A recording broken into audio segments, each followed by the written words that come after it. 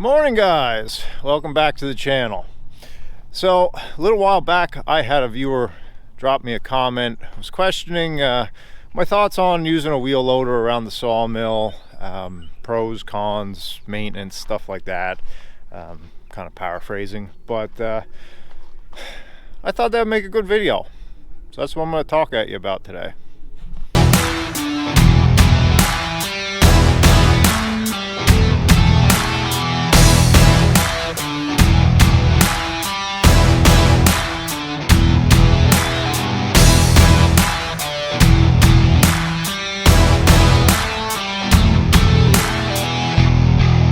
So if you've been watching the channel for any amount of time, you've seen my cat wheel loader here. Just about to fire it up for the morning. That's what kind of put it in my head to maybe just shoot this. So I quick in my head came up with 5 points I'm going to give you guys why this is your best solution for moving stuff around a sawmill. Now, before I start, I'm going to tell you, use what you got. Everybody's operation is different. Some people are just running a sawmill as a hobby. Some people are doing it as a part-time business. Some people are doing it as a full-time business. Some people are full-on commercial operations, in which case you probably don't need to watch this, you already know. But I just thought it'd make an interesting video for people. I know a lot of people use different things. They use tractors with loaders. I can't stand them. Skid loaders, we're going to tell you how this does everything better than a skid loader, but if it's what you have, use it. So this is Cat IT28 wheel loader, 28,000 pound wheel loader. It's a very nice size for me. Works well for me for my operation, what I want to do with it. It's literally the perfect size. I'm speaking about wheel loaders broadly here. It doesn't have to be a Cat. I'm a Cat guy, but just because I like their machines, I like the way they're built. But honestly, I'd run whatever. I ended up with this machine because at the time I was shopping, it was the best bang for my buck, and I thought it was the best machine for me, and well, it's pretty much proven true. But Deere makes good ones, Case, whatever, doesn't matter. Basically just look for something that fills the needs you're looking for. So why are these machines so great? Number one, visibility, ease of entry, and that all combines for safety. If you've ever run a skid loader, you know you have to get in through the front, which means crawling up over the boom. Do that with a stack of lumber on your forks. It's a real pain. Not to mention, where you're sitting is basically right behind your load, I should say. So you either have to have that load way up that you can see underneath it, or you're working blind, or it's a mess. When the boom's up, a lot of times if you have a door, you can't get out. It's not safe to get out under the boom. They're just really not ideal for a lot of use around the sawmill, just because of that entry and exit problem. I think JCB makes one with a side door. That's great. But I think as we move on here, you'll see there's other disadvantages. But that's my main problem with a skid loader. I know, like, particularly feeding some of my kilns that are a little bit elevated, I literally cannot get out of a skid loader while I'm loading the kiln. So if I have to adjust blocks or something, I can't do it. I have to bring the load back, put it down, get out, adjust the blocks. It's a real pain. So for me, having a side entry door and sitting up that you're looking down at your load, you know, you don't have it up over your head, stuff like that. You just have visibility of everything around you. That is a key one. To me, that's worth its weight in gold. Point 2, traction and how it moves on the ground. So these machines obviously are articulated. So they pivot there in the middle at the pivot point. So obviously when you're comparing, now if we're talking about a farm tractors, if you have a 4-wheel drive tractor, will generally have good traction. And if you have a tracked skid loader, compact track loader, some people call them, those are pretty good as far as I know. I don't have much experience with the tracked models. But a wheeled skid loader, they don't have the best traction, and they ride rough, very rough.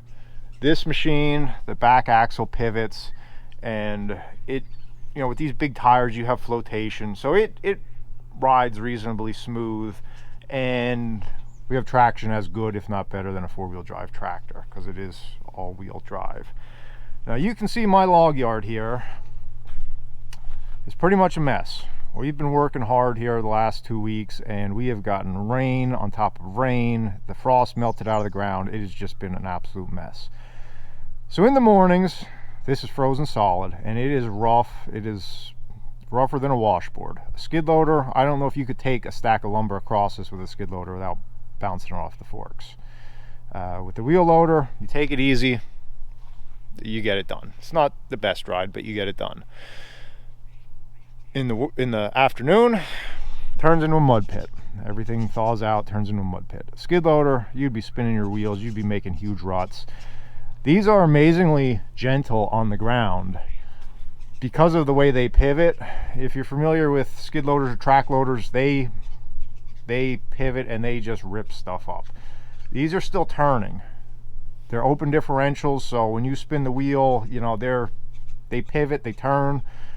Don't get me wrong, I mean, obviously, you know, we've gone over this a tremendous amount of times, but, you know, they're not turf tires, they're not the best, but they're much better than anything that skids to steer. So for me, that's a big plus, because I use this machine for a lot of different things. I use it to move lumber around. I drive it a lot where my customers drive, so I don't want something that's really just going to churn everything and make a huge muddy mess. So, you know, we kind of try to keep our mess to the log yard here, and it keeps everything, all my hard packed gravel, nice, where a skid loader would constantly be ripping that up. Along with that, point 3 is the maneuverability. You'd be surprised how maneuverable this machine, this big, is because of that articulation. You know, if you compare that, we have farm tractors of similar size, this thing will outturn them like you wouldn't believe. You know, it snakes through tight areas. You can really, once you get good with them, you can really get in and out of some tight spots despite the size of the machine. Which I guess we'll jump to the next point right away. We'll try to keep this flowing. Capacity. This is once again one of those things, depends on your operation, what you're doing. For me, this is good capacity. Farm tractors and skid steers just don't have enough lifting capacity. I've fooled around with a skid steer in the past, and you're always on the edge of teetering, which is not a good feeling. I'll show you. We got 2 stacks of lumber there at the end of the mill. Now those are well over 1,000 feet a piece, and you're not, I mean, they make some big track loaders now that could probably handle them, but most skid steers are just not going to touch that. And yes, you could break your stacks down into smaller stacks, put blocks between them. It's just more time and takes up kiln space and all that stuff. So for me, not having to worry about it. I've never picked the back end up on this machine. My one before that was, I'd say, a size smaller, and the back end got loose a couple times. So I push them to their limit, but this is rated for about 12,000 pounds lifting. And for me, that's a nice size. It's nice for unloading logs. Basically, if I can get the logs on the forks, I can lift them and I don't have to worry about it. So that's a big plus when you're, you know, logs and lumber are heavy. So if you're working around a sawmill, it's always nice to have more capacity than pushing your equipment to the limit and wearing it out. Which brings me to my next point, longevity. So these are built super, super heavy. I mean, they're meant to last. They're meant to be rebuilt. One good way for me, because I always like shopping for equipment. I'm sure there's a lot of guys out there like me. You're always on Marketplace. You're always looking, just as a hobby more than anything. You're just looking at different stuff. One key to me when I'm shopping for equipment, I look at the used market. And I look at the hours on some of the machines. And that kind of gives me an idea of their longevity. It is not uncommon at all to see cat wheel loaders with 10, 15,000 hours on them. Find me skid loaders that you see that. You may occasionally come across some that are 10, but at 10,000 hours, they're pretty washed up. It's not really something you'd want to entertain. But these are built for the long haul. You know, they are built to service. Super heavy duty. Everything on them is well constructed. So it's a long-term investment. So yes, they cost a lot more up front. And there again, that kind of goes back to your finances in your business, what you can justify, what you can't. You know, I'm not going to tell anybody what they have to do or what makes sense for them. But for me, a little bit more added upfront cost. And don't get me wrong, I bought this machine used, so that's another thing I like to do. I like to find nice, clean, used machines. You're not paying for the depreciation, all that stuff. But that's a topic for another day. But no, they are built to last for the long haul. So I think that's all the points I set out to highlight. I didn't really script this. I just figured I'd do what I always do, just start rambling about stuff. I will give you some extra tips on wheel loaders if you're interested in buying. Some things to look for. The number one thing is your center pins. You want your center pins to be very tight, because that is one of your most expensive maintenance issues if your center pins are wore out. So when you test the machine, you kind of put your loader down and wiggle it a little bit, just try to gauge if there's play. Same thing with your loader linkages. This machine was super tight when I bought it. It was an ex-township municipal machine, so they didn't beat on it really hard. Really the only problem I had with it, they used it to load salt, so the front of my boom here is a little rusty. I've cleaned it up some, painted it over the years, so fixed some of that. Rust is also another issue. Tires, now I have replaced tires on this. Really factor in the tires, because that is about, when I bought these, about a $1,200 tire. So that starts to add up. If your tires are shot, figure that into the machine. One thing I highly recommend, and it depends on how you're going to use it. This is an IT machine, which in the Caterpillar world means integrated tool carrier. Basically all that means is it has the quick attach front end.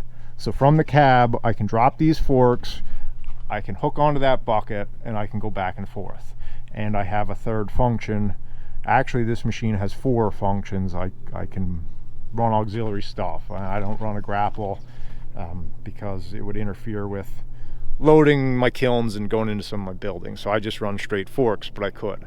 So to me, because my last wheel loader was a pin-on bucket, and that's an absolute nightmare. You don't want to be hammering pins out to change from the bucket to the forks. It takes forever. So I would highly recommend some kind of quick coupler.